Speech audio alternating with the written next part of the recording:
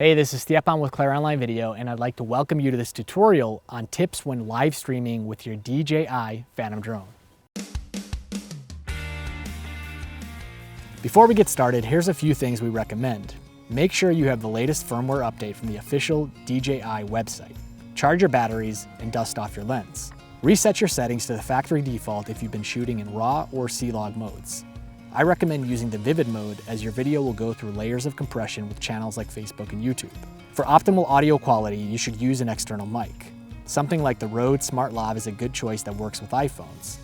At minimum, you should use the headphones and mic that came with your phone. Keep in mind that at the time of this recording, the Facebook live streaming feature is only available to iOS users on the DJI Go app. Although Google Play does list YouTube live streaming as an available feature for Android devices.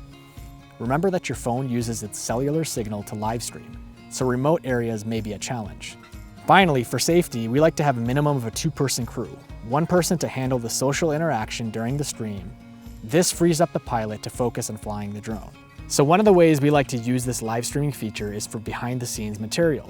Honestly, the quality is not great after the compression, and there are times where the stream can be choppy even with good upload speeds. So we like to use the feature to give our fans a sneak peek of the places and projects we get to capture during drone shoots.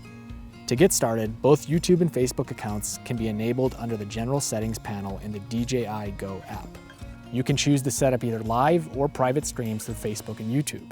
You should also keep in mind that you don't have to go live from the drone takeoff. You can actually decide on when to go live through the interface. The Enable Hardware Decode option uses the device's GPU to decode the video stream versus a software decode.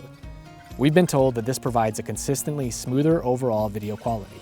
Once you have your settings set, it's as easy as pressing the Go Live button to start your stream. When you're live on Facebook, you can enable the audio option by pressing this button. This also gives you the option to allow for comments to appear during your broadcast. As I mentioned earlier, we like to use the live streaming feature in a social way to engage with our audience. Giving them these unique perspectives from drones has been a powerful way to showcase what we can do. One other way we've found this feature useful is through working with clients remotely. We've been able to give them previews and even get approvals on shots by sharing private broadcasts with them. Give it a try in your next project. Thanks for watching, and be sure to check out my other tutorials here on Streaming Media Producer.